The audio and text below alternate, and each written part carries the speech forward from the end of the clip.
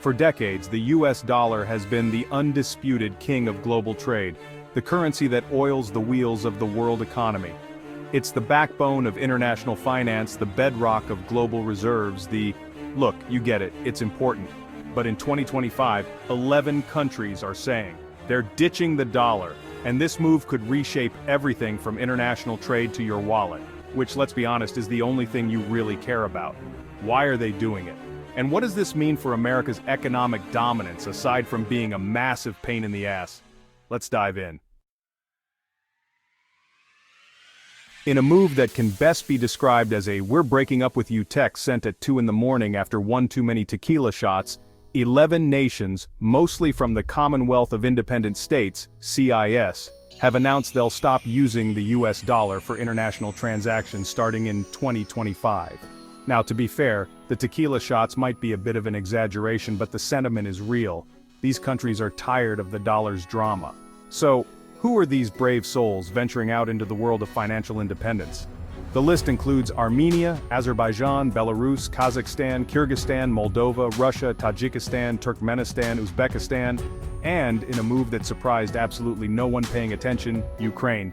Yes, even as the bombs fall and the tanks roll, Ukraine has decided to join this bloc, because nothing says we're in this together like a unified middle finger to the US dollar. And why not? When it comes to economic sovereignty, sometimes you have to set aside your differences and focus on the bigger picture, like sticking it to Uncle Sam.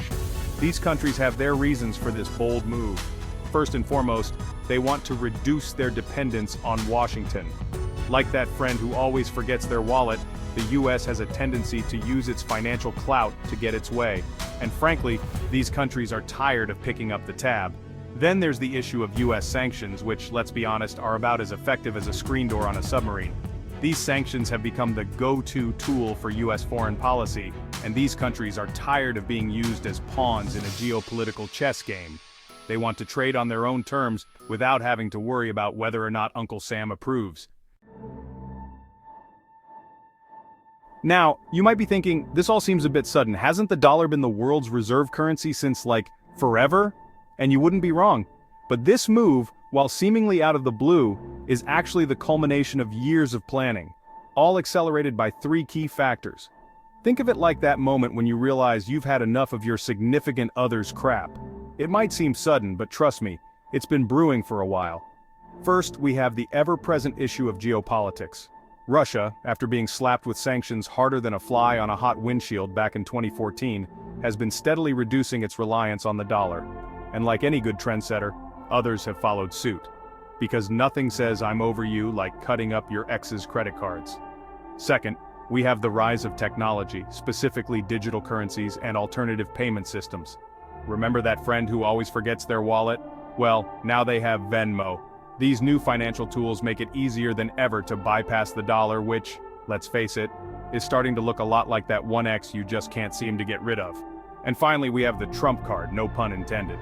The former president's love affair with tariffs, particularly those aimed at China, spooked global traders, causing the dollar to drop nearly 7% in early 2025. It's like watching someone set fire to their own hair in an attempt to look cool. Sure, it's dramatic, but it's not a good look. Critics warn that this weaponization of the dollar could backfire, and they're not wrong. Even JP Morgan's global research chair, who probably has a team of people whose sole job it is to make sure he never says anything controversial, admitted the dollar's dominance is cracking. Which, coming from a guy who probably wears a suit to bed, is basically the equivalent of screaming "the dollar is screwed" from the rooftops. Now, before you start hoarding canned goods and building a bunker in your backyard, let's be clear, this transition won't happen overnight. These 11 countries aren't just going to wake up one morning, flush their dollars down the toilet, and start trading in potatoes and goats. Although, let's be honest, that would be pretty entertaining. No, this is going to be a gradual process, a slow and steady uncoupling from the dollar's loving embrace. Think of it like removing a band-aid, only instead of hair, it's the global financial system. Phase 1, set to begin in mid-2025, will involve banks and governments starting to use their local currencies for imports and exports. It's like that awkward first date after a breakup where you're both trying to figure out if it's okay to laugh and make eye contact. Phase 2 will see citizens using fewer dollars in their daily lives, Salaries, loans, savings, all those things that used to involve those crisp greenbacks will slowly but surely transition to local currencies. It's like changing your relationship status on Facebook. Sure, it's just a formality, but it's a clear signal that things are different now. The long-term goal, complete financial independence. These countries want to stand on their own 2 feet, without having to rely on the dollar as their financial crutch. It's like finally moving out of your parents' basement and getting your own place. Sure, you might have to eat ramen noodles for a while, but at least you're free. But this newfound freedom comes with risks. Without the dollar as a safety net, these countries are vulnerable to economic shocks. Remember the 2008 financial crisis? Yeah, that wouldn't have been pretty without the dollar to save the day. But hey, who needs a safety net when you have the unwavering belief in your own self-sufficiency? It's like jumping out of a plane without a parachute. Sure, it's terrifying, but at least you're doing it on your own terms. Now you might be thinking, okay, that's all well and good, but how does this affect me, the average person who can barely balance their checkbook?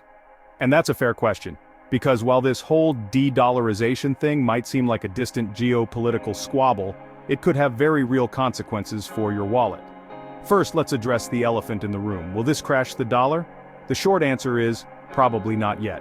The dollar is like a cockroach. It's survived nuclear war, hyperinflation, and even the rise of Nickelback. It's going to take more than a few countries ditching it to bring it down. But that doesn't mean there won't be consequences. If the dollar weakens in the long term, Americans could see higher borrowing costs. Remember that exorbitant privilege of cheap debt that the US has enjoyed for decades? Yeah, that might be coming to an end. Which means your next car loan or mortgage could cost you a lot more. And if you're an investor, buckle up. Markets hate uncertainty more than a cat hates baths. Expect volatility in commodities like oil, which are still priced in dollars. It's like trying to ride a unicycle on a tightrope during an earthquake. Sure, it's possible, but it's not going to be pretty. But hey, it's not all doom and gloom. There's good news for travelers. The dollar is still strong in 12 countries, including Vietnam and Japan. So, your next vacation just got cheaper. Go ahead, treat yourself to that bowl of pho or that plate of sushi, you've earned it. But here's the kicker. There's no clear alternative to the dollar.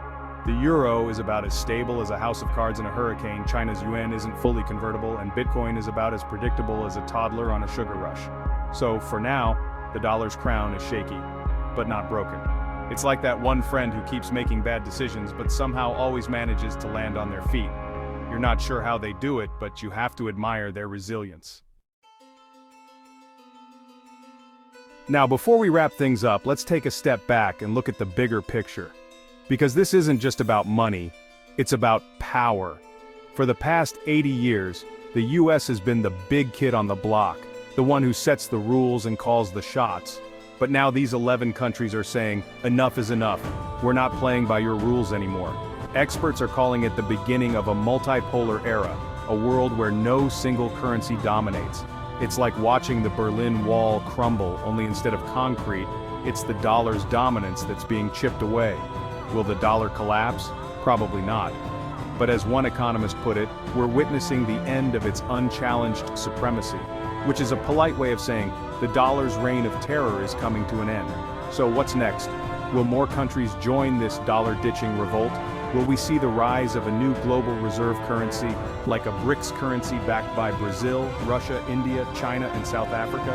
Or will we enter a new era of financial chaos and uncertainty? Honestly, your guess is as good as mine. But one thing's for sure, the world is changing and the dollar's days at the top might be numbered. So, there you have it. The dollar's dominance is waning, the global financial system is in flux, and the future is about as certain as a game of Russian roulette. But hey, at least you'll be able to afford that trip to Vietnam, right? Drop a comment below and let me know what you think. Do you think the dollar's days as king are numbered? And don't forget to subscribe for more deep dives into the forces shaping our world, because frankly, it's terrifying out there.